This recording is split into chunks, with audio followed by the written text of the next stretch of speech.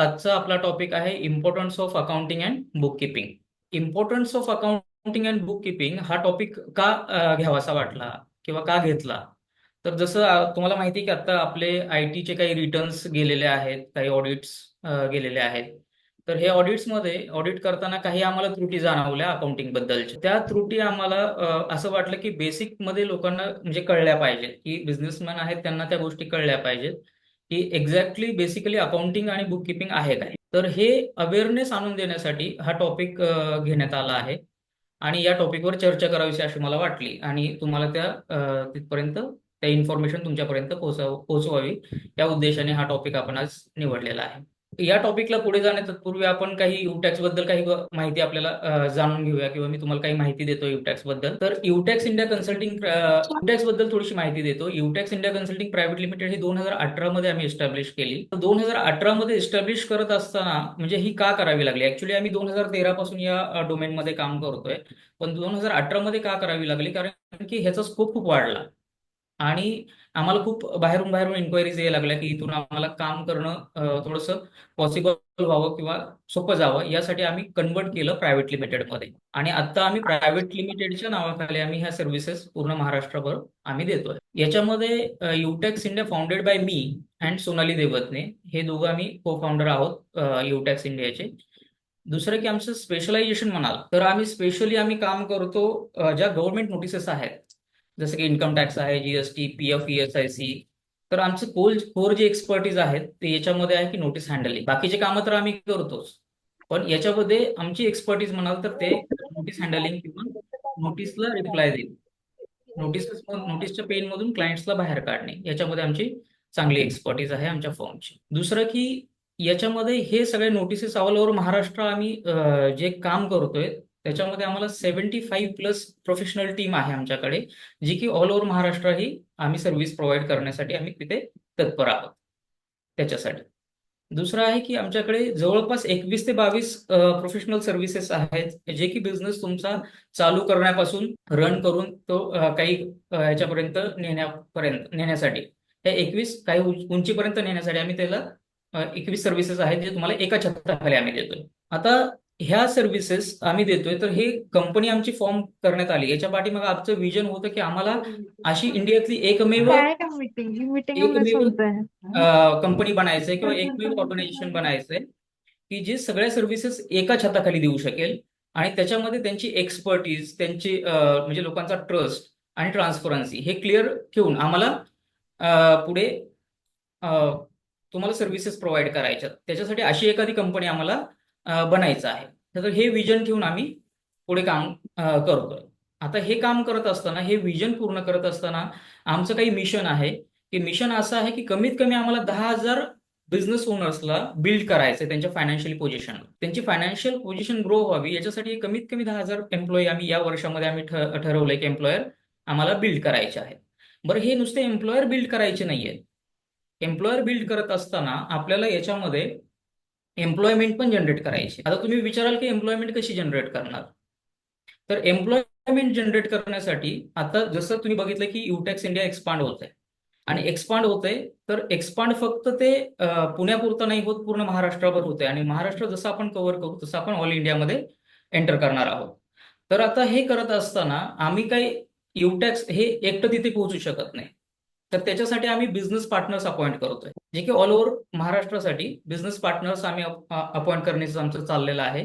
तर तुमच्यामध्ये कोणी जर इंटरेस्टेड असेल की त्याला युटॅक्स बरोबर काम करून स्वतःची आणि ग्रोथ करायची आहे फायनान्शियली आणि नॉलेज वाईज, तर तुम्ही आम्हाला कनेक्ट करू शकता आणि त्याच्याबद्दलची पूर्ण माहिती तुम्हाला दिली जाईल. त्याच्याबद्दल आपण पुढे बोलूयात. तर तुम्ही आम्हाला त्याच्यासाठी कनेक्ट करा की युटॅक्स कसं ग्रो करणार आहे आणि कशी एम्प्लॉयमेंट जनरेट करणार आहे आणि कसे बिझनेस पार्टनर्स अपॉइंट करणार आहे. तर ही झाली ब्रीफ इंट्रोडक्शन, म्हणजे युटॅक्स बद्दल काही माहिती. तर आता आपण आपल्या मेन टॉपिककडे पुढे जाऊयात. Importance of book keeping and accounting. What is accounting and book keeping? आता मला थोडंसं तुमच्याकडून जाणून घ्यायचंय की तुमचं काय अंडरस्टँडिंग आहे बुक किपिंग आणि अकाउंटिंगला घेऊन. तर कोणी शेअर करेल का त्याचं काही मत असेल तर? काय आहे बुक किपिंग आणि अकाउंटिंग? माईक ऑन करून सांगितलं तरी चालेल. दैनंदिन व्यवहार सुरळीत ठेवणे. ओके, दैनंदिन व्यवहार सुरळीत ठेवणे. ओके, अजून? Maintain maintain daily book of transaction, okay, book of transaction daily maintain करणे, करेक्ट. अजून analysis of financial statement. Analysis of financial statement. Okay, great. Yes. Very good, great.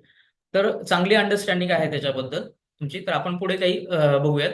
Book keeping आणि accounting. पहिलं तर हे जाणून घेऊया की बुक किपिंग आणि अकाउंटिंग दोन्ही सेम आहे का, राईट.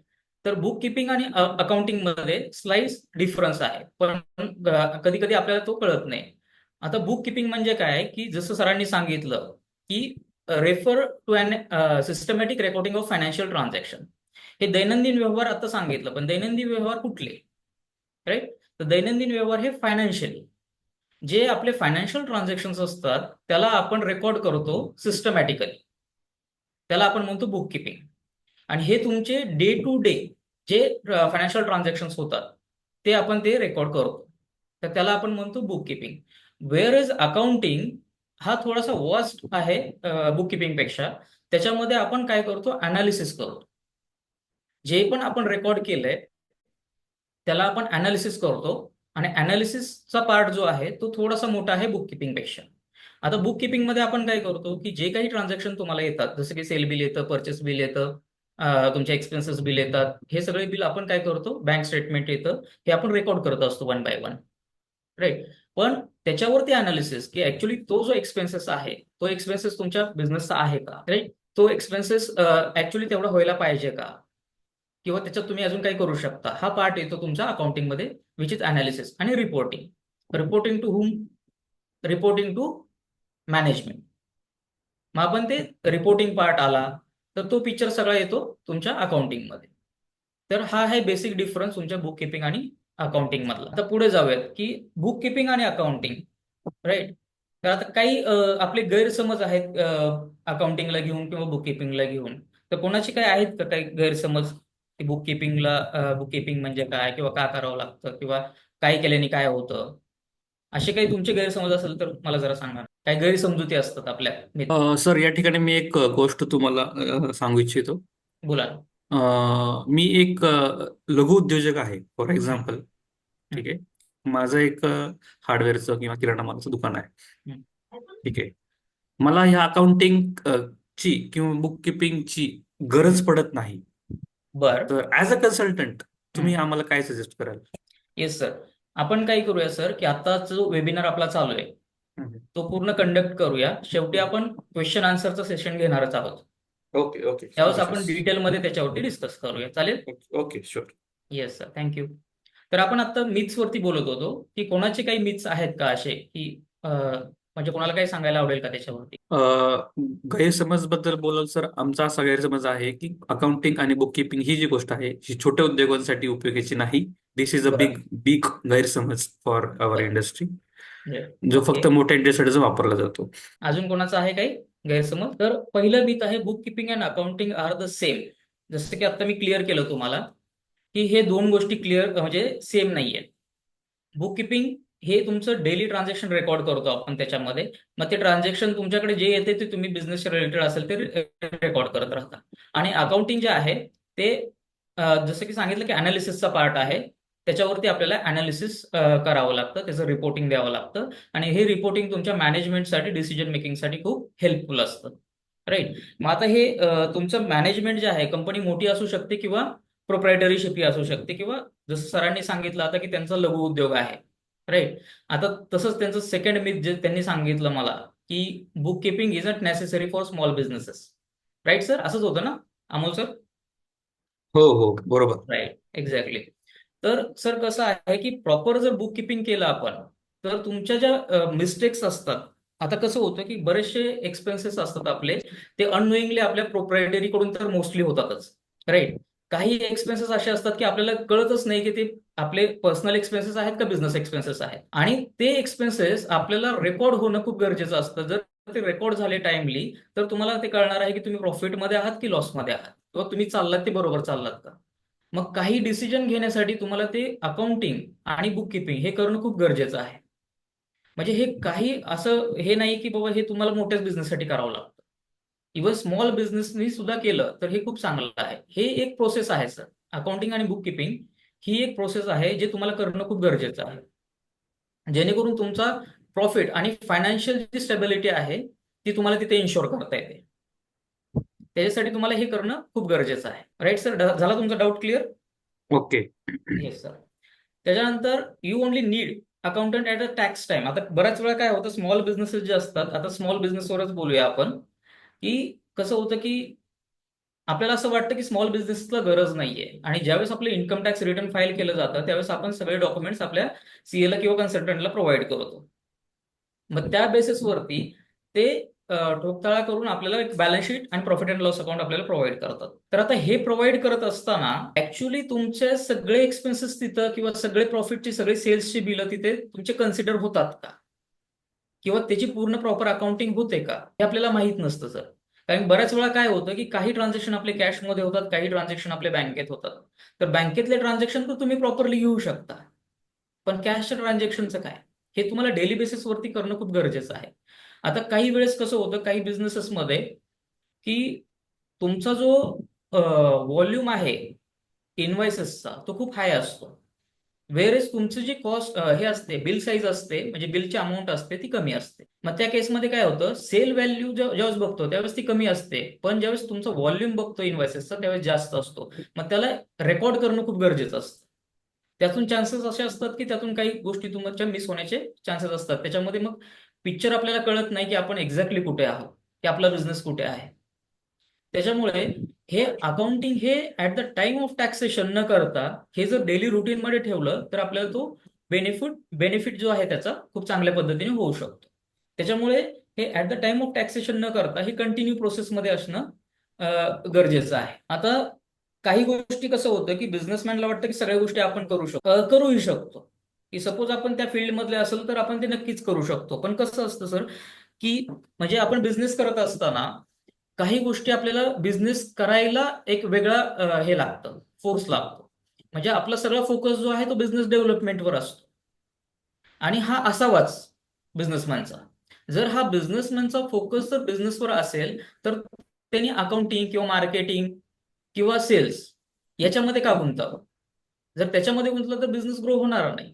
मग त्याच्यासाठी त्या फील्डमधली एक्सपर्टीज जर तुम्ही तिथे नेमली तर तुमचा बिझनेस चांगल्या पद्धतीने ग्रो होऊ शकतो. तर त्याच्यामध्ये तुम्हाला अकाउंटिंगसाठी तुम्ही जर प्रोफेशनलला तुम्ही टायप केलं तर त्या गोष्टी खूप चांगल्या पद्धतीने तुमचे अकाउंटिंग आणि फायनान्शियल पोझिशन ग्रो व्हायला हेल्प होऊ शकते.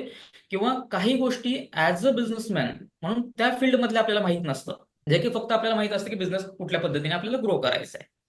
पण अकाउंटिंगच्या काही गोष्टी आहेत, काही टॅक्सेशनच्या गोष्टी आहेत, तर तिथं आपल्याला जे प्रोफेशनल आहेत ते तिथे करेक्ट करू शकतात.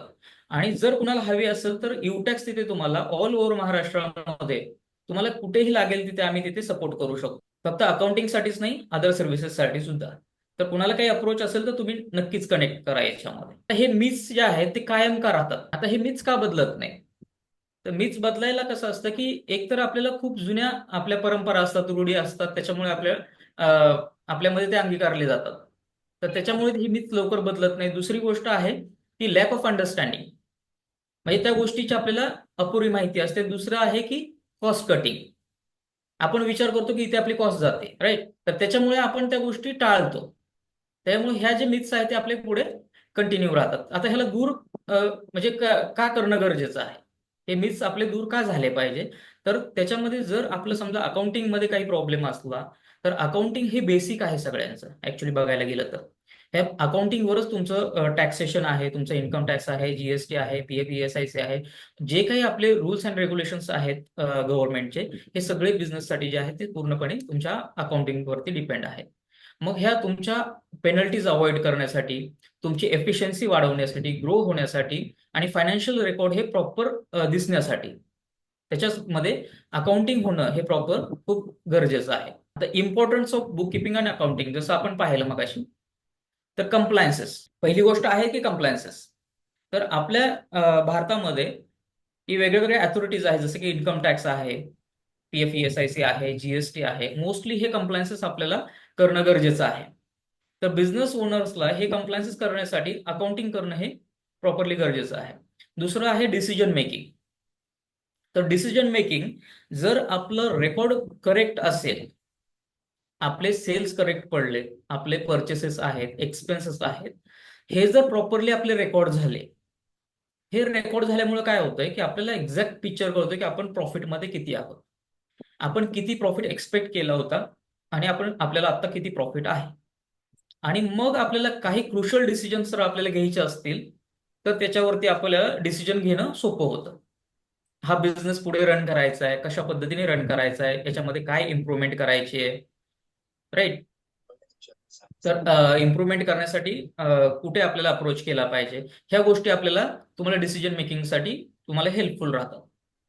आता फायनान्शियल मॅनेजमेंट, तुमचा ट्रॅक, रेव्हेन्यूचा ट्रॅक, हा तुम्हाला एक्सपेन्सेसचा ट्रॅक, त्यानंतर प्रॉफिटेबिलिटी, जसं आता मी सांगितलं. तर हे ट्रॅक ठेवण्यासाठी तुम्हाला अकाउंटिंग ही proper month to month, day to day होणं गरजेचं आहे. हे जर झालं तर आपल्याला तिथे त्याचा बेनिफिट होतो. चौथं आहे इन्व्हेस्टर कॉन्फिडन्स. आता इन्व्हेस्टर म्हणजे कसं आहे की तुमच्या कंपनीमध्ये काही इन्व्हेस्टमेंट फंड तुम्हाला आणायचे, तर काय बघितलं जातं, तुमची फायनान्शियल पोझिशन बघितली जाते. आता फायनान्शियल पोझिशनमध्ये तुम्ही काय प्रॉफिट अर्न करताय, किती प्रॉफिट अर्न करताय, त्याच्यावरती इन्व्हेस्टर तुमच्या कंपनीमध्ये इन्व्हेस्ट करायला रेडी होतो. इव्हन इन्व्हेस्टरच नाही, तुम्हाला जर फंडिंग बँकेकडून जर पाहिजे असेल तर बँक पण तेच बघ की तुमची फायनान्शियल स्टेबिलिटी किती आहे.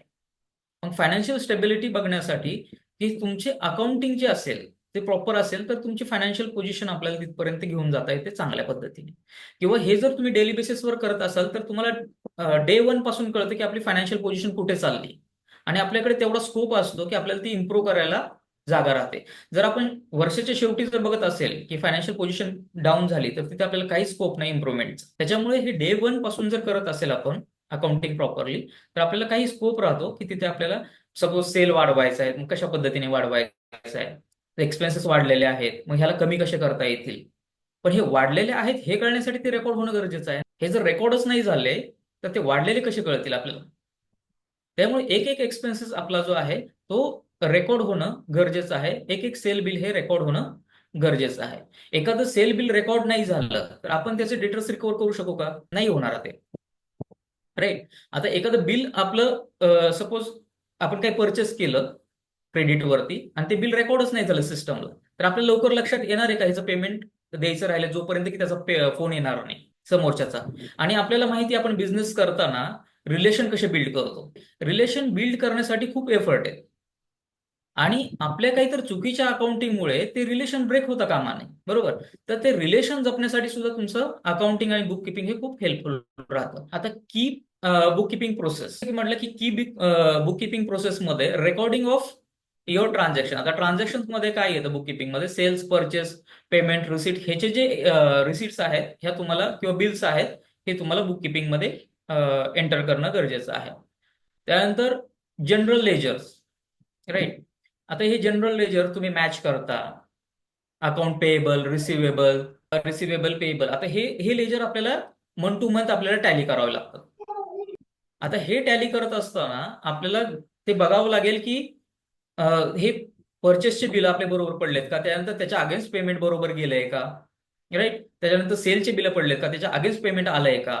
तर हे लेजर ओपनिंग बॅलन्सेस काय आहेत, तर हा पूर्ण बुक किपिंगचा पार्ट आहे ज्याच्यात आपल्याला पूर्ण लक्ष देणं गरजेचं आहे. त्याच्यामध्ये आपल्याला ते लेजर्स आपले मॅच झाले पाहिजे. पण आता हे लेजर मॅच करण्यासाठी आपल्याला डेली बेसिसवरती त्याच्यावरती वॉच ठेवणं गरजेचं आहे. आणि त्याच्यानंतर तुमचं ह्याच्यावरती बनतं ट्रायल बॅलन्स. ट्रायल बॅलन्स म्हणजे तुमचं डेबिट आणि क्रेडिट हे तुमचं मॅच झालं पाहिजे, राईट. तर हे ट्रायल बॅलन्स पर्यंत तुमचा बुक किपिंगचा पार्ट येतो. त्याच्यानंतर येतो अकाउंटिंग. अकाउंटिंगमध्ये फायनान्शियल स्टेटमेंट बनवतो आपण. की पॉईंट्स म्हणाल तर त्याचे फायनान्शियल स्टेटमेंट जसे की प्रॉफिट अँड लॉस अकाउंट आहे, बॅलन्स शीट आहे, कॅश फ्लो आहे, त्यानंतर बँक रिकन्सिलेशन. मला जर सांगाल का जे अकाउंट्स फील्ड मधले आहेत थोडेसे, त्यांना विचारतो मी थोडं की बँक रिकन्सिलेशन आपण कधी बनवतो, म्हणजे का बनवावं लागतं बँक रिको. बँक रिकन्सिलेशन हे तुम्हाला एकतर कंपनी वाईज डिपेंड आहे. तुम्ही दर महिन्याला पण बनवू शकता, दर वर्षाला पण बनवलं जातं किंवा क्वार्टरली पण बनवलं जातं. बँक राईट, रिकन्सिलेशन बनवण्याचा उद्देश हा असा आहे की बँक बॅलन्स आणि आपल्या बुक्स ऑफ अकाउंटचा बॅलन्स याच्यामध्ये जो फरक आहे तो कशाचा आहे. Exactly, right. आणि याच्यामध्ये सर मला थोडंसं जाणून घ्यायला आवडेल की याच्यामध्ये डिफरन्स काय येतो बेसिकली. बँक रिकन्सिलेशन डिफरंट येण्याची काही कारणे आहेत. त्याच्यामध्ये पहिलं एक मेन कारण आहे की आपण जो चेक आपण बँकेमध्ये डिपॉझिट केलेला असतो ऍज अ रेव्हेन्यू, आयदर तो आपल्या बुक्स ऑफ अकाउंटमध्ये आपण त्याची एंट्री केलेली असते, परंतु तो क्लिअर झालेला नसतो. ओके. हा एक मेन कारण. दुसरं कारण असं आहे की बँकेने काही आपल्याला जे चार्जेस डेबिट केलेले असतात, लाईक इंटरेस्ट वगैरे किंवा बँक चार्जेस वॉट एव्हर, ते बँक स्टेटमेंटमध्ये असतात, परंतु आपण बुक्स ऑफ मध्ये त्याची आपण एंट्री केलेली नसते. हा एक सेकंड डिफरन्स. असे मल्टिपल कारणे त्याच्यामध्ये आहेत. Very good sir. Amol sir, चांगलं तुम्ही शेअरिंग करताय, खूप चांगलं वाटलं. जसं तुम्ही सांगितलं की काही चेक्स आपण डिपॉझिट करतो पण ते क्लिअर होत नाहीत ऍट द टाइम, म्हणजे त्या महिन्यामध्ये ते त्याच्या पुढे जातात, त्याच्यामुळे तो बँक रिकोमध्ये हे होतं. कधी कधी काय होतं की समोरची पार्टी कॅश डिपॉझिट करते आपल्या अकाउंटला, पण ते आपल्याला माहितीच नाही होत. हम्म. तर तेही एक कारण असू शकतं. असे हम्म. मल्टिपल कारण आहेत ज्याच्यामुळे बँक रिको आपल्याला ते करावं लागतं. तो तो अकाउंटिंगचा पार्ट आहे. त्यानंतर पेरोल अकाउंटिंग आहे, ज्याच्यामध्ये आपण सॅलरी, वेजेस हे कॅल्क्युलेट करतो, त्यांचे टॅक्सेस, पीएफ, ESIC हे कॅल्क्युलेट करतो. आपण जीएसटी कॅल्क्युलेट करतो. म्हणजे हा अनालिसिस आणि ह्याचा पार्ट जो आहे हा पूर्णपणे आपल्या अकाउंटिंगचे म्हणजे की पॉइंट्स आहे, की प्रोसेस आहे. आता टूल्स अँड सॉफ्टवेअर, आता जे आहेत आपण टूल्स अँड सॉफ्टवेअर, काय काय आपल्याला आयडिया आहे का कोणाला काही, की काय कुठले कुठले टूल्स आपण वापरतो याच्यासाठी, सॉफ्टवेअर्स वापरतो? तर याच्यामध्ये काय आहे की काही सॉफ्टवेअर्स आहेत जे मी तुम्हाला रेकमेंड करेल की तुम्ही ते वापरू शकता, ज्याच्यामध्ये क्विक बुक्स आहे, झेरो आहे, झो बुक्स आहे आणि टॅली तर आपल्या सगळ्यांनाच माहित आहे, राईट? आता हे बुक्स म्हणजे हे आपण वापरतो सॉफ्टवेअर, ते यातले सॉफ्टवेअर काही आहेत ते ऑफलाईन आहेत, जे ट्रेडिशनल जसे वापरत आलोय आपण, आणि काही सॉफ्टवेअर आहेत ते क्लाउड बेस आहेत. तर क्लाउड बेस सॉफ्टवेअर वापरणं जास्त प्रेफरेबल आहे. आणि त्याच्यामध्ये क्लाउड बेसमध्ये कसं आहे की आपण कुठेही बसून कसंही काम करू शकतो. त्याला फक्त आपल्याला इंटरनेटची गरज लागते आणि आपण आपल्या एक लॅपटॉप असेल तर त्याच्यावरती आपण काम करू शकतो. आता जसं युटॅक्सचं म्हणाल तर युटॅक्स ऑल ओव्हर महाराष्ट्रामध्ये आपण अकाउंटंट्स प्रोव्हाइड करतो. बेसिकली अकाउंटिंग सर्व्हिसेस ज्या बाबतीत बोलाल तर अकाउंटंट आपण प्रत्येक बिझनेससाठी प्रोव्हाइड करू शकतो. तो त्यांच्या रिक्वायरमेंटनुसार असेल. त्याच्यामध्ये आपण जर बघाल तर सॉफ्टवेअर सुद्धा आपणच प्रोव्हाइड करतो आणि दुसरी गोष्ट सिस्टम पण आपणच प्रोव्हाइड करतो, म्हणजे युटॅक्सच प्रोव्हाइड करतं. त्याच्यामुळे बिझनेसमॅनला याच्यामध्ये कुठलीही इन्व्हेस्टमेंट करायची गरज नाही. त्यांनी फक्त एक कॉल करायचा आणि युटॅक्सला कनेक्ट करून त्यांचं काम चालू करायचंय. तर याच्यामध्ये कुठलीही कॉस्ट, आता हे सॉफ्टवेअर जर घ्यायला गेलं तर सॉफ्टवेअरची कॉस्ट खूप हाय आहे. जवळपास टॅली जरी घ्यायला गेला सिंगल युजर तरी मला वाटते 25 ते 30 हजारापर्यंत सिंगल युजरच टॅली जात असेल. तर या पद्धतीने जर तुम्ही युटॅक्सला कनेक्ट केलं तर युटॅक्स तुम्हाला नक्कीच तिथे हेल्प करेल. आता आपण काय करू शकतो बुक किपिंग चांगलं करण्यासाठी? तर आपण रेकॉर्ड जे आहे आपलं रेग्युलर बेसिसवरती आपण मेंटेन करू शकतो, ज्याच्यामध्ये काही ब्लॉकेजेस तुमचे राहणार नाहीत, सगळे बिल तुमचे व्यवस्थित पुट होतील आणि तिथे तुम्हाला कुठल्याही गोष्टीची अडचण येणार नाही. इव्हन तुम्ही उद्या जरी ऑडिटला गेलात किंवा कुठल्या गोष्टी करायच्या बोललात तर तिथे तुम्हाला अडचणी येणार नाहीत. आता याच्यामध्ये मोस्टली सेपरेट आपले पर्सनल आणि बिझनेस एक्सपेन्सेस आपल्याला करायचे आहे. आता बऱ्याच वेळा काय होतं की आपण काही एक्सपेन्सेस करतो आणि ते बिझनेसमध्ये बुक होतात. पण आता ते बिझनेसमध्ये बुक झाल्यामुळे क्लिअर पिक्चर येणार आहे का आपल्याला प्रॉफिटचा? तर नाही. तर त्याच्यामध्ये आपल्याला जे सेपरेट करायचे आहेत, जे पर्सनल एक्सपेन्सेस आहेत आणि बिझनेस एक्सपेन्सेस आहेत. काही खर्च कॉमन होतात, जसं की आपण आपली कार वापरतो बिझनेससाठी, म्हणजे बिझनेसच्या मीटिंगसाठी वगैरे. तर आपण त्याच्यात बायफर्केट करायचे की आपण बिझनेससाठी किती कारचा यूज केलाय, राईट? तर आपण तेवढाच एक्सपेन्सेस आपण बिझनेससाठी बुक करायचे. बाकी आपण घरच्या ट्रिपसाठी कार वापरली, घरी घरी फिरायला गेलो तर तो बिझनेसचा एक्सपेन्सेस नाहीये. त्याच्यामुळे आपला प्रॉफिट जो आहे प्रॉफिटवरती इम्पॅक्ट होणार आहे. त्यामुळे क्लिअर पिक्चर आपल्याला येणार नाही की खरंच आपण बिझनेसमधून किती अर्न करतो. सेपरेट करायचे आपल्याला आपले पर्सनल एक्सपेन्सेस आणि बिझनेस एक्सपेन्सेस. त्यानंतर आपण रेग्युलर बेसिसवरती आपल्या अकाउंटिंग आणि बुक किपिंगचं ऑडिट करू शकतो. त्याला आपण इंटरनल ऑडिट पण म्हणतो. तर हे बरोबर चाललंय का हे आपण एक सॅम्पल बेसिसवरती आपण चेक करू शकतो. की काही बिल्स घेतले आपण, ते चेक केले की हे ओके चाललेत का, बरोबर चाललेत का, तर त्या पद्धतीने आपण ते करू शकतो. त्यानंतर इंटरनल कंट्रोल आपला असला पाहिजे की आपल्या कंपनीमध्ये समजा काही फ्रॉड्स होत असतील, म्हणजे नसतील होत पण सपोज काय होत असतील, डेटाचं काही प्रॉब्लेम असेल, तर हे सगळे आपल्याला मॅनेज करता येते इंटरनल कंट्रोलवरती आणि हे अकाउंटिंग करताना खूप गरजेचं आहे. किंवा तुम्ही जर गरज असेल, म्हणजे आपल्याकडून जर इन हाऊस नसेल होत, तर युटॅक्स सारख्या कुठल्याही ऑर्गनायझेशनला तुम्ही ते आउटसोर्स करू शकता, जिथे की प्रोफेशनल असतील, ते तुमच्या कामाची पूर्ण काळजी घेतील. आता जर सपोज हे आपण नाही केलं, अकाउंटिंग किंवा बुक किपिंग आपण नाही केलं तर काय होऊ शकतं, राईट? तर फायनान्शियल मिसमॅनेजमेंटमध्ये काय आहे की फायनान्शियल ज्या गोष्टी आहेत तुमच्या, जर आपण अकाउंटिंग प्रॉपर नाही केलं तर तोच डेटा पुढे आपल्या डिपार्टमेंट वाईज जे काही जीएसटी आहे, पेरोलचं आहे डिपार्टमेंट, त्याच्यानंतर तुमचं इन्कम टॅक्स आहे, की हाच डेटा पुढे जाणार आहे. आता पुढे तो चेक झाला तर ठीक आहे, पण तो डेटा तसाच गेला तर तसाच गेला तर काय होऊ शकतं, उद्या तुम्हाला गव्हर्नमेंटच्या नोटिसेस येऊ शकतात. मग ह्या नोटिसेसला कसं तुम्ही टॅकल करणार? बरं, हे कशामुळे झालं? तर आपली चुकीच्या अकाउंटिंगमुळे झालं. मग आता ही चुकीची अकाउंटिंग जर करेक्ट झाली असती तर पुढचा प्रॉब्लेमच नसता आला, राईट? तर त्याच्यामुळे ते प्रॉब्लेम पुढे तुम्हाला नोटिसेस येऊ नयेत, त्याला तुम्हाला फेस करावं लागू नये, त्याच्यासाठी आपल्याला बेसिकली जे रूट आहे रूटवरच काम करणं खूप गरजेचं आहे. तर दुसरं आहे कॅश फ्लो इश्यूज. आता कॅश फ्लो इश्यूज असे आहेत की आपल्याकडे किती कॅश येते आणि आपल्या बिझनेसमधून किती कॅश जाते, राईट? हे कधी कळेल? ज्यावेळेस आपले आता आता काही ट्रान्झॅक्शन्स आहेत आपल्या बँकेत होतात, काही कॅशमध्ये होतात, राईट? तर कॅश फ्लो मध्ये आपण दोन्ही कन्सिडर करतो, बँकेचेही करतो आणि कॅशचेही करतो. तर हे ट्रान्झॅक्शन्स किती आले आणि किती गेले हे जर तुमचे रेकॉर्डच नाही झाले तर अननेसेसरीली आपल्याला फंडचा इश्यू येऊ शकतो. म्हणजे आपल्या कंपनीमध्ये फंडची कमतरता आपल्याला जाणवू शकतो. जर ह्याचं रुटीन तुम्ही व्यवस्थित ठेवलं तर म्हणजे बुक किपिंग व्यवस्थित ठेवलं तर ह्याचं रुटीन व्यवस्थित येऊ शकतं आणि तुम्हाला डेटर्स कडून किती क्रेडिट पिरियड द्यायचा आहे, त्याच्याकडून किती कलेक्ट करायचे, कधी कलेक्ट करायचे, आपला क्रेडिट पिरियड जो आहे परचेस केल्याचा तो किती ठेवायचा आहे. तर ह्या सगळ्या गोष्टी तुम्हाला मॅनेज करून कॅश फ्लो मॅनेज करता येतो जर तुमचं रेकॉर्ड चांगलं व्यवस्थित ठेवलं तर. त्यानंतर एरर्स इन टॅक्स फायलिंग, म्हणजे हे जे टॅक्सेशन करतो आपण, जीएसटी करतो, पेनल्टीज लागतात याच्यामध्ये, हे कशामुळे लागतात की आपलं बुक किपिंग व्यवस्थित नसल्यामुळे. सपोज एखाद्या बुक किपिंग म्हणजे एखादं रेकॉर्ड तुमचं चुकीचं गेलं, जसं मगाशी सांगितलं मी की आपण बिझनेस करत असतो त्यावेळेस आपल्याला रिलेशन बिल्ड करणं खूप चॅलेंजिंग होतं. आता ज्यावेळेस आपण बुक किपिंग मध्ये एखादी चुकीची फिगर टाकतो आणि तशीच ती फिगर जाते जीएसटीला, कधी कोणाला एक्सपिरियन्स आला असेल की चुकीचंच बिल एंटर झालंय जीएसटी मध्ये आणि समोरचा क्लायंट लागला ओरडायला की मग बाबा तुम्ही आमचं बिल चुकीचं टाकलंय किंवा तुमच्या इथे फ्रॉड व्यवहार होतात की आम्हाला जे बिल दिले तुम्ही जीएसटीला टाकले ते चुकीचंच आहे पूर्ण. मग हे हे प्रॉब्लेम्स होऊ नये, रिलेशन्स ब्रेक होऊ नये, आणि हे होतात. मग त्याच्यामुळे ते झालं, त्याच्यानंतर पेनल्टीज वेगळा विषय आहे, फाईन वेगळा विषय आहे, राईट? तर हे सगळं आपल्याला टाळण्यासाठी हे करणं खूप गरजेचं आहे, बुक किपिंग मध्ये असणं खूप गरजेचं आहे. त्यानंतर बुक किपिंग चुकीचे झाल्यामुळे फायनान्शियल आपले जे रिपोर्ट्स आहेत ते चुकीचे निघणार आहेत आणि त्याच्यावरती जसं मग सांगितलं की इन्व्हेस्टर त्याच्यावर बघून इन्व्हेस्ट करणार आहे, बँक त्याच्यावर बघून तुम्हाला फंड देणार आहे आणि तेच जर चुकीचं असेल तर पुढे तुम्हाला भेटेल का? ते तुमच्या कंपनीमध्ये फंड येईल का? तुम्हाला तुम्हाला इन्व्हेस्टर भेटतील का? राईट? कंप्लायन्सची रिस्क आहे, हे कंप्लायन्स आपल्याला वेळेत करणं गरजेचं आहे. जर आपल्याला रेकॉर्ड प्रॉपर आपल्याकडे असेल तर कंप्लायन्सेस आपण व्यवस्थित करू शकतो आणि त्याची रिस्क काही नसणार आहे. आणि डिसिजन मेकिंगचे चॅलेंजेस आहेत.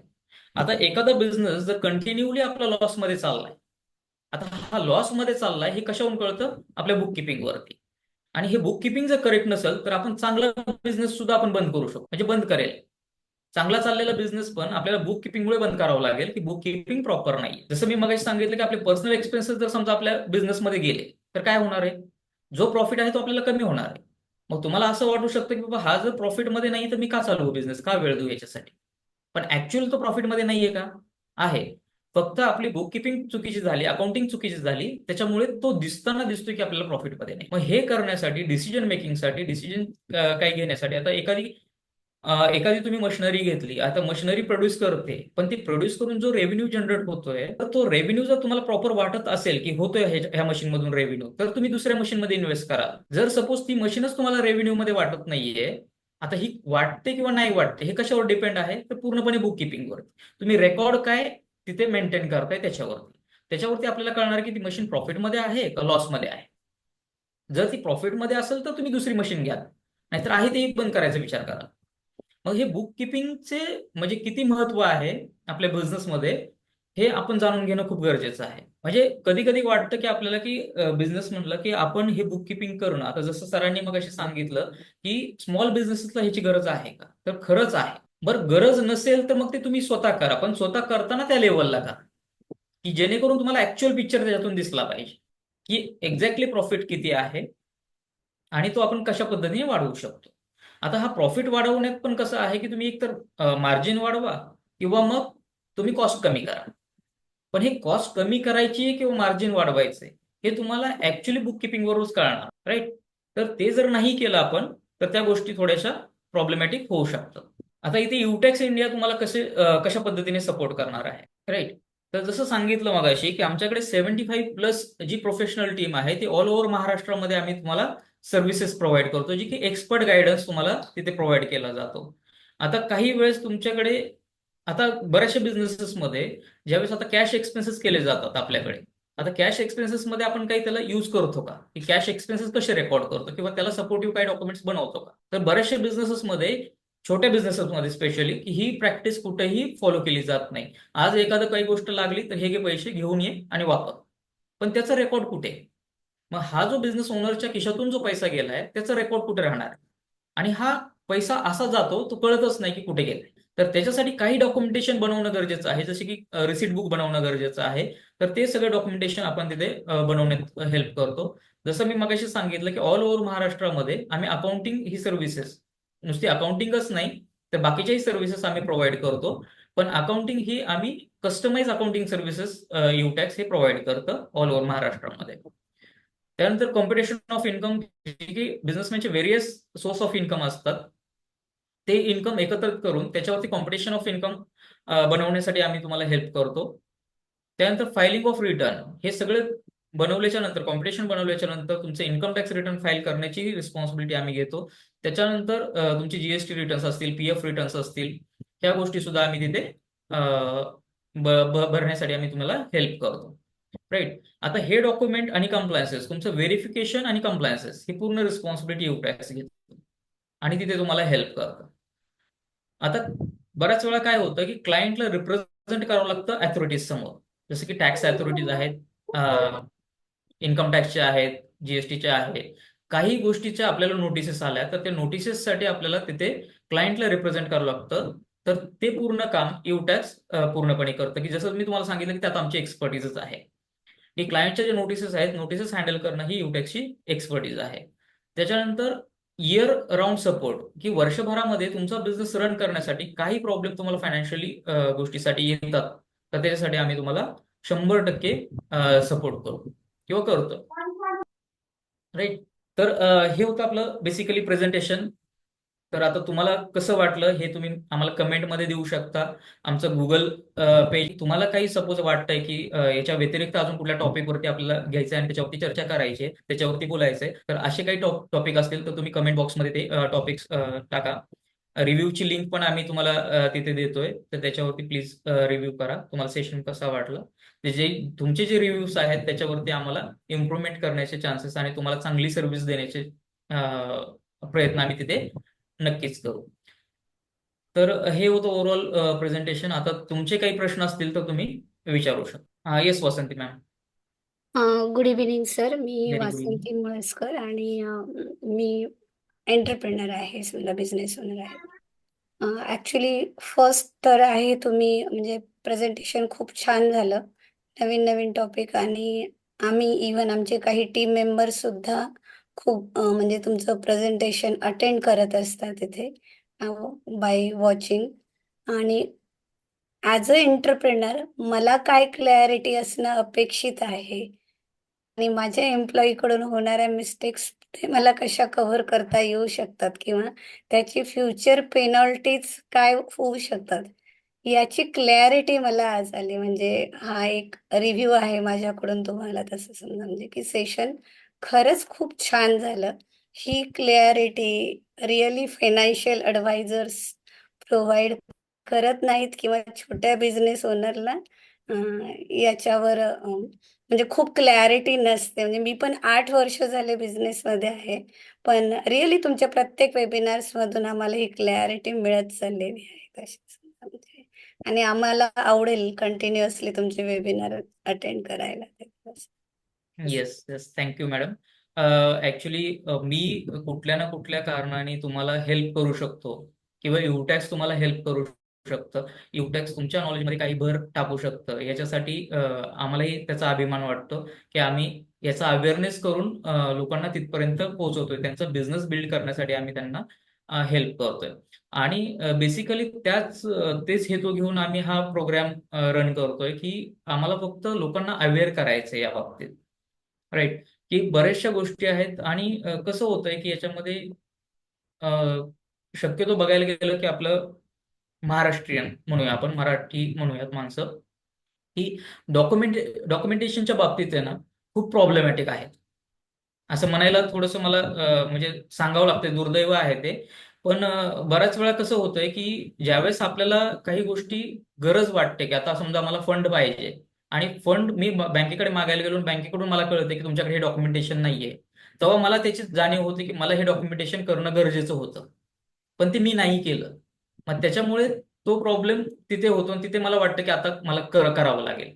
पण हे जर आपण सुरुवातीपासून केलं तर त्या गोष्टी आपण चांगल्या रीतीने हँडल करू शकतो. तर थँक्यू वासंती मॅम. मी तुम्हाला तुमच्या बिझनेससाठी काही हेल्प करू शकतो. Thank you very much. येस अक्षय सर, तुम्ही पार्टनरशिप विषयी विचारलं तर नक्कीच तुम्ही आमच्या सेल्स टीमला कनेक्ट करा. आपण पर्सनली त्याच्यावरती कनेक्ट करून तुम्हाला त्याच्यावरती काही प्रोग्राम आहे. म्हणजे पार्टनरशिप बद्दल विचारताय का तुम्ही? ओके. अजून कोणाचे काही डाऊट्स आहेत का? म्हणजे पार्टनरशिप फॉर्म बद्दल, बरोबर? ठीक आहे, पार्टनरशिप वरती आपण एक वेबिनार घेऊयात, काहीच अडचण नाही सर. अजून कोणाचे काही डाऊट्स आहेत याच्याबद्दल? सर मला मगाशी तुम्ही सांगितलं की हा. स्मॉल बिझनेसेससाठी किंवा लघु उद्योजकांसाठी जी अकाउंटिंग आणि बुक किपिंग करणं किती गरजेचं आहे किंवा ते कसं फायदेमंद आहे हम्म. हे तुम्ही सांगितलं. बरोबर. आता मी एक बिझनेस पार्टनर म्हणून जर तुमच्याशी बोलतोय तर हा प्रश्न वेगळा आहे. पण हम्म. जर मी एखाद्या लघु उद्योजकाकडे गेलो किंवा एखाद्या बिझनेसमॅनकडे गेलो, मला ही गोष्ट एक्सप्लेन करायची आहे त्यांना की हम्म. तुम्हाला अकाउंटिंग करणं किंवा बुक किपिंग करणं गरजेचं आहे. हम्म. जसं तुम्ही सांगितलं त्या पद्धतीने आम्हाला एक्सप्लेन हे त्यांना करता येईल, नो इश्यूज. हम्म. हम्म. पण त्याच्यामध्ये दोन प्रकारचे उद्योजक आहेत. एक अर्बन आणि रुरल, ग्रामीण आणि शहरी. हा खूप मोठा प्रॉब्लेम आहे. ज्यावेळेस आम्ही ग्रामीण भागातल्या उद्योजकांकडे ह्या गोष्टी घेऊन जातो, बुक किपिंग अकाउंट, सगळ्यात महत्वाची गोष्ट म्हणजे त्यांना हे नॉलेज नसतं की ते एक्झॅक्टली काय आहे. अकाउंटिंग या शब्दाचा अर्थही त्यांना माहिती नाही. ठीक आहे, आपण तिथून त्यांना सुरुवात करतो सांगण्यासाठी. परंतु माझा प्रश्न तुम्हाला असा आहे की अशा उद्योजकांसाठी, खास करून ग्रामीण भागातल्या, त्यांसाठी तुम्ही वेगळं एखादं सेमिनार किंवा एखादं सेशन तुम्ही तयार करू शकता का? येस सर, का नाही? आता तुम्ही जर म्हणाल, आता जसं मी मगाशी सांगितलं की आपण आता महाराष्ट्राच्या कानाकोपऱ्यात पोहोचतोय, बरोबर? तर आता जे आपण लाईव्ह किंवा ऑनलाईन जे वेबिनार्स घेतोय ना सर, तर याच्यामध्ये आता पुढे आपण प्लॅनिंग करतोय की हे ऑफलाईन वेबिनार्स आपले होणार आहेत. म्हणजे त्या तालुका लेवलला किंवा जिल्हा लेवलला, म्हणजे जसं आपल्याला फिजिबल होईल त्या पद्धतीने आपण वेबिनार घेणार आहे. या वेबिनारचं एवढंच उद्देश आहे की सर याच्यामध्ये जे आपले तळागाळातले जे बिझनेसमॅन आहेत आपल्या महाराष्ट्रातले, तर त्यांना याचा अवेअरनेस व्हावा आणि त्यांनी याचा बेनिफिट करून घ्यावा. आता की जसं तुम्हाला काही गोष्टी माहिती असतीलच की गव्हर्नमेंट पण बऱ्याचशा स्कीम आता राबवते रुरल एरियासाठी सुद्धा, बरोबर? उद्योजकांना पण काही पेपरची कमतरता असल्यामुळे त्यांना त्याचा बेनिफिट घेता येत नाही. आणि मग ते नसल्यामुळे जर अचानक काही करायचं म्हटलं तर लोक त्यांचा काही त्यांना चार्ज करतात आणि त्यांना ते डॉक्युमेंट्स बनवतात त्यांच्याकडून पैसे घेऊन. तर ते सगळं कुठेतरी थांबलं पाहिजे असं मला स्पेसिफिकली वाटतं. कारण की त्याच्यामध्ये त्यांचा बेनिफिट झाला पाहिजे. ऍक्च्युली त्यांचा बेनिफिट व्हावा म्हणून गव्हर्नमेंट स्कीम काढते, पण त्याचा बेनिफिट कोणीतरी दुसरंच घेते. याच्यामध्ये म्हणजे अकाउंटिंग मध्ये अजून एक मोठा प्रश्न भेडसावतो. मला तुम्हाला तो एक्सप्लेन करायचा आहे. जे प्रोफेशनल लोक आहेत आपल्याकडचे, जे चार्टर्ड अकाउंटंट्स आहेत, ठीक आहे, आता शहरी भागामध्ये कसं होतं, शहरी भागामध्ये लोक सुशिक्षित असतात, त्यांना ह्याचं नॉलेज असतं की अकाउंटिंगचं किती नॉलेज असतं किंवा त्यांना त्याची माहिती असतं की किती किती किती करणं गरजेचं आहे. आता बराच वेळा असं आहे की शहरी भागामध्ये ग्रामीण भागामध्ये हा मोठा फरक आहे. शहरी भागातला साधा एक 10 लाख टर्नओव्हर असलेला उद्योजक सुद्धा त्याचं रेकॉर्डिंग बुक किपिंग अजिबात नाही. इव्हन आपल्याकडे त्यांच्याकडे गेल्याच्या नंतर आपण जर त्यांना सांगितलं तुम्ही हे करा, तर त्यांचं सरळ सरळ असं उत्तर असतं, आम्हाला याची आवश्यकता नाही, गरज नाही. कारण त्यांचा सीए त्यांना 44D सेक्शनच्या अगेन्स्ट प्रॉपर बॅलन्स शीट बनवून देतो. There is no need to record anything about it. Right right. हा प्रश्न सतत आम्हाला भेडसावत आहे. याच्याविषयी तुम्हाला काय बोलायचं?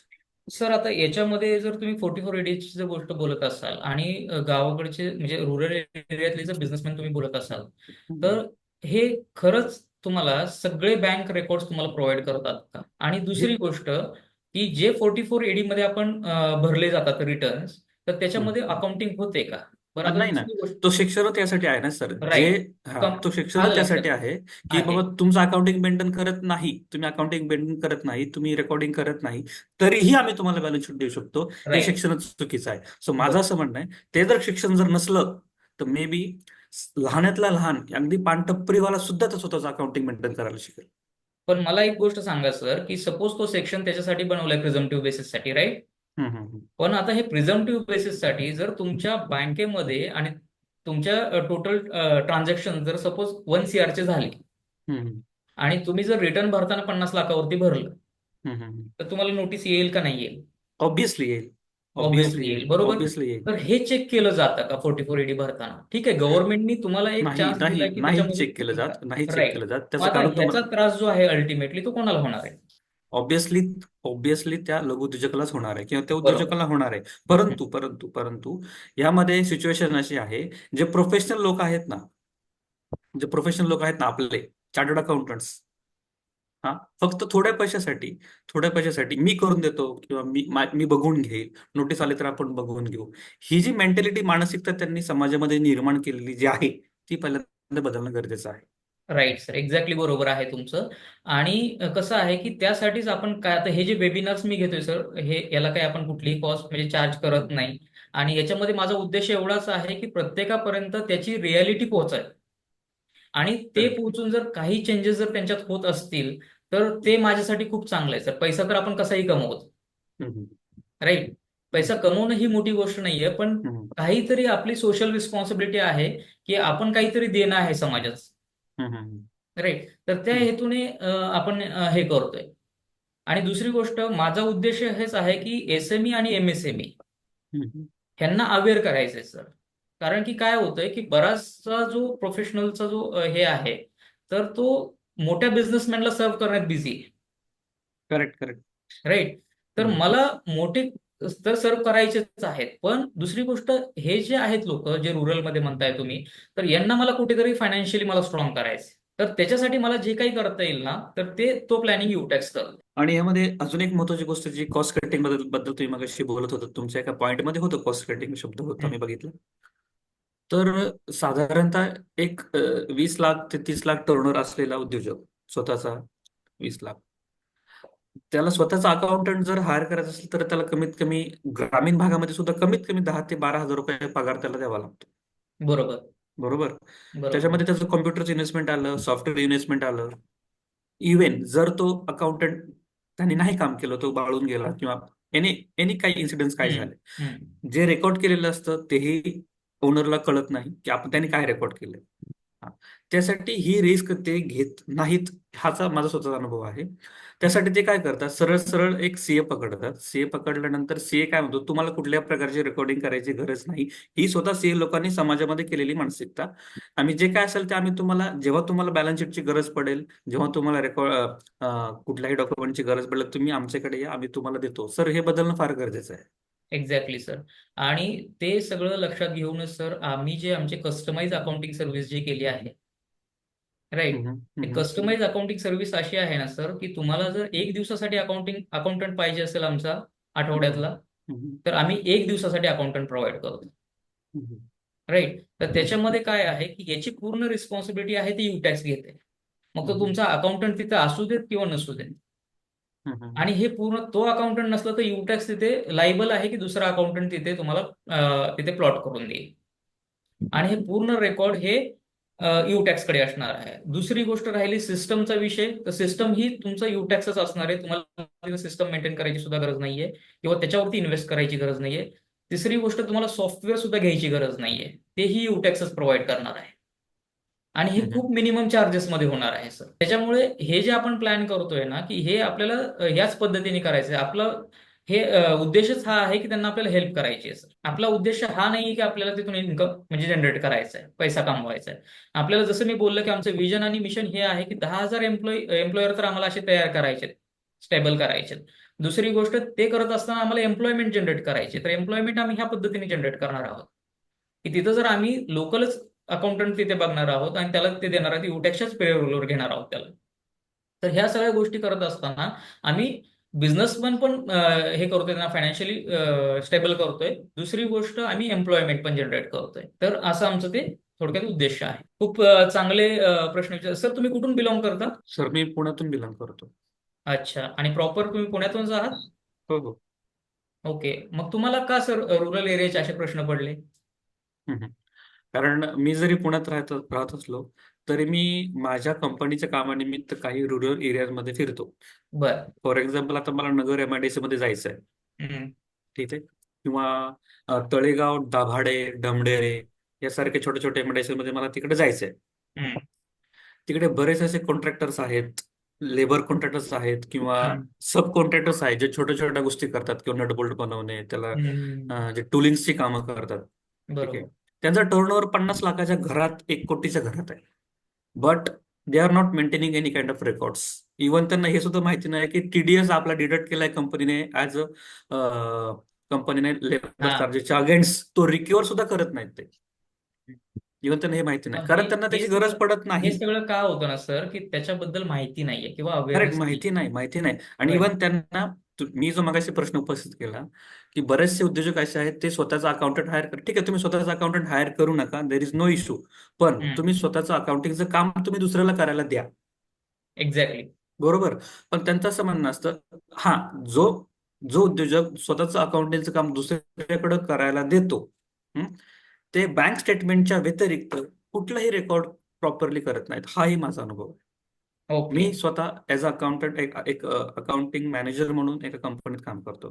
So I am facing this kind of issues की राईट. कुठलंही छोटा छोटा वेंडर, आमचा वेंडर म्हणजे तुमचे क्लायंट्स, ते कुठल्या प्रकारचं अकाउंटिंग रेकॉर्ड अजिबात करत नाही. इव्हन आम्ही त्यांना जे पेमेंट करतो, ऍडवाइस देतो की तुम्हाला कुठल्या पेमेंटच्या अगेन्स्ट बिल देत, तेही त्यांच्याकडे कुठल्या प्रकारचं रेकॉर्डिंग नसतं. कारण त्यांच्याकडे त्यांनी जी कामं सीए लोकांना जी दिलेली आहेत ना, त्यांना एवढ्या छोट्या गोष्टींमध्ये लक्ष घालण्यासाठी वेळ अजिबात नाही. त्यासाठी तुमच्या लोकांची गरज आहे.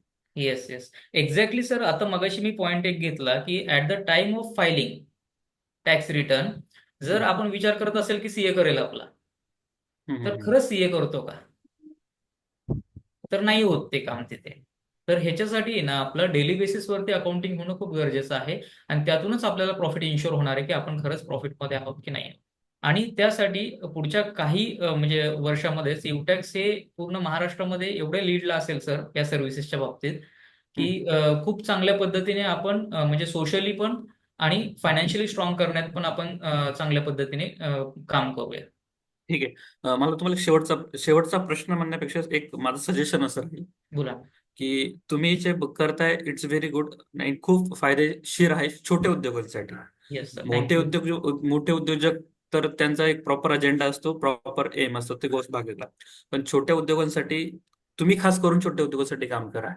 कारण राईट. छोट्या त्यांच्या लोकांमध्ये अशी एक मानसिकता आहे की अशा प्रकारचे रेकॉर्ड्स ठेवणं म्हणजे स्वतःच्या पायावरती दगड मारून घेणं, असं त्यांचा एक मानसिकता त्यांची तयार झालेली आहे. एक आणि मिथ त्यामुळे तयार झालंय तसं. हो, त्यामुळे त्यांची अशी कुठल्याही प्रकारची रेकॉर्डिंग ठेवण्याची मानसिकता नाही. तर त्या संदर्भात तुम्हाला काय काम करता येईल, त्या संदर्भात आम्ही तुम्हाला काय हेल्प करू शकतो, तेही आपण पुढच्या सेमिनारमध्ये, तुम्ही तसं एक प्रॉपर सेमिनार तयार करा. Yes sir. डेफिनेटली त्याच्या डेफिनेटली आम्ही आणि त्याच्यावरती आणि काम करू. त्याच्यामध्ये मला असं सांगायचं की तुम्ही जे इन्व्हिटेशन पाठवता ते प्रॉपर जे लघु उद्योजक आहेत त्यांच्यासाठी एक सेमिनार खास अटेंड करा की बाबा सीए पेक्षा आम्ही तुम्हाला चांगली सर्व्हिस कशी देऊ शकतो. येस. आणि सीए पेक्षा चांगली सर्व्हिस म्हणण्यापेक्षा सर ना, की जी सर्व्हिस तुम्हाला बिझनेस ग्रो करण्यासाठी हेल्प होईल ती हो, सर्व्हिस तीच आम्ही तीच. तुम्हाला देऊ. Okay okay. येस. न म्हणजे जिथे तुम्हाला अडचण येते ना तिथे आम्ही आहोत सर. नगरमध्ये तुम्हाला एक उदाहरण मला द्यायचं आहे. एक चार्टर्ड अकाउंटंट आहेत, खूप मोठे आहेत, प्रोफेशनल सर्व्हिस आहे त्यांची, व्यवस्थित आहेत त्यांचं. त्या माणसाकडे नगर एमआयडीसी मध्ये 1200 क्लायंट आहेत सर. ओके. 1200. एक चार्टर्ड अकाउंटंट 1200 लोकांचं अकाउंटिंग मॅनेज करतो. तुम्हाला काय वाटतं ते सगळे रेकॉर्ड मेंटेन करत असतील? What do think about it? आता त्याच्याबद्दल मी सांगू शकत नाही सर ऍक्च्युली. नाही सांगू शकत ना. Exactly right. एक्झॅक्टली नाही सांगू शकत मी. त्या सीए बद्दल नाही बोललो, परंतु त्यांच्याकडे ज्या लोकांची कामं आहेत त्या काही लोकांना भेटलो, जे आमचे वेंडर आहेत, की बाबा तुम्हाला हे कितपत सपोर्ट करतात. ते फक्त बॅलन्स शीट देतात किंवा तुमचं जे रिटर्न फाईल करतात, म्हणजे सगळं झालं का? अजिबात नाही. तर तुमचा प्रत्येक 1-to-1 एक्सपेन्स रेकॉर्ड झाला पाहिजे, तरच तुमच्या बिझनेसचा प्रॉफिट अँड लॉस तुम्हाला कळेल. तुम्ही प्रॉफिट अँड लॉस फक्त मेंटेन करायसाठी करता की फक्त टॅक्स वाचवण्यासाठी करता? हा तुमचा एक्झॅक्टली. उद्देश चुकीचा आहे. बरोबर. आणि हे कंप्लायन्सेस म्हणून करू नका. पहिली गोष्ट तर ह्याची गरज आहे आपल्याला, त्याच्यामुळे केलं तर ते प्रॉफिटेबल होणार आहे आपल्यासाठी. जर कंप्लायन्सेस म्हणून करत असाल तर त्याचा काही उपयोग नाही सर. Correct correct. मला तुम्हाला हे सांगायचं आहे की तुम्ही जो सेमिनार त्यापुढे बनवा, असा बनवा की जो लघु उद्योजकांसाठी किती फायदेशीर आहे बुक किपिंग अकाउंटिंग, ह्याचं प्रॉपर डिटेल एक्सप्लेनेशन पाहिजे. की बाबा बाहेर मार्केटमध्ये जे प्रोफेशनल जे स्टॅटर्ड अकाउंटंट आहेत त्यांची सर्व्हिस आपल्या सर्व्हिसमध्ये काय फरक आहे, आणि आम्ही तुम्हाला तुमच्या बिझनेसमध्ये किती खोलवर जाऊन तुमचा बिझनेस मेंटेन करू शकतो, हा जो डिफरन्स आहे तो तुम्हाला मेंटेन करता आला पाहिजे. येस हे सर, माझं सजेशन डेफिनेटली. असं राहिलं. डेफिनेटली आपण त्याच्यावरती काम करूया. येस. अच्छा. चल, अजून काय आहे कोणाचे question? Hello hello sir, yes sir, बोला. येतोय आवाज? येतोय. सर काय जे सीए लोक आणि जे कन्सल्टंट लोक आहे त्यांच्यामध्ये जी आपण सर्व्हिस घेतो त्याच्यामध्ये फी स्ट्रक्चर मध्ये खूप डिफरन्स दिसून येतो सर. तर बर. या संदर्भामध्ये म्हणजे किती याच्यामध्ये आपण फी दिली पाहिजे सर्व्हिसच्या अगेन्स्ट, किती प्रमाणामध्ये फी दिली पाहिजे, सीए असेल किंवा कन्सल्टंट असेल? आज काय नाही. आहे, जे छोटासा आयटीआर जरी असला आपला 27-28 लाखापर्यंत जरी एखादा आयटीआर जरी फाईल करायचा असला तर इकडे नगरमध्ये एक जवळजवळ 7,000 ते 8,000 रुपये पण घेतात. काही लोक जास्त पैसे घेतात. तर याच्यामध्ये ऑडिट असेल, ऑडिटमध्ये लाख लाख रुपये घेतात. टर्नओव्हर जर जास्त असेल त्यानुसार, तर याच्यामध्ये मिनिमम किती फी या सर्व्हिसच्या अगेन्स्ट आपण दिली पाहिजे? सर, फीच्या याच्यासाठी आहे ना, आपण तुमचं वर्किंगचा स्कोप किती आहे ते बघितला जातो, आणि तुमचं अच्छा स्कोप किती त्याच्यावरती फी म्हणजे डिफाईन केली जाते. आणि जर तुमचा पर्टिक्युलर काही प्रश्न असेल तर आपण त्याच्यासाठी पर्सनली फीच्या संदर्भात आपण कनेक्ट करूयात. अच्छा अच्छा, ठीक आहे. राईट. तर चालेल, काही हरकत नाही. थँक्यू, तुम्ही एवढा दिवाळीच्या एवढ्या रशमध्ये पण सगळ्यांनी जॉईन केलं, त्याच्याबद्दल सगळ्यांचे धन्यवाद. आणि आपण तुमचे काही टॉपिक्स असतील तर तुम्ही चॅटबॉक्समध्ये टाकून ठेवा. आपण पुढच्या वेळेस आपण नक्कीच त्याच्यावरती पाहूयात. चालेल. तर थँक्यू व्हेरी मच. आपण थांबूया इथे.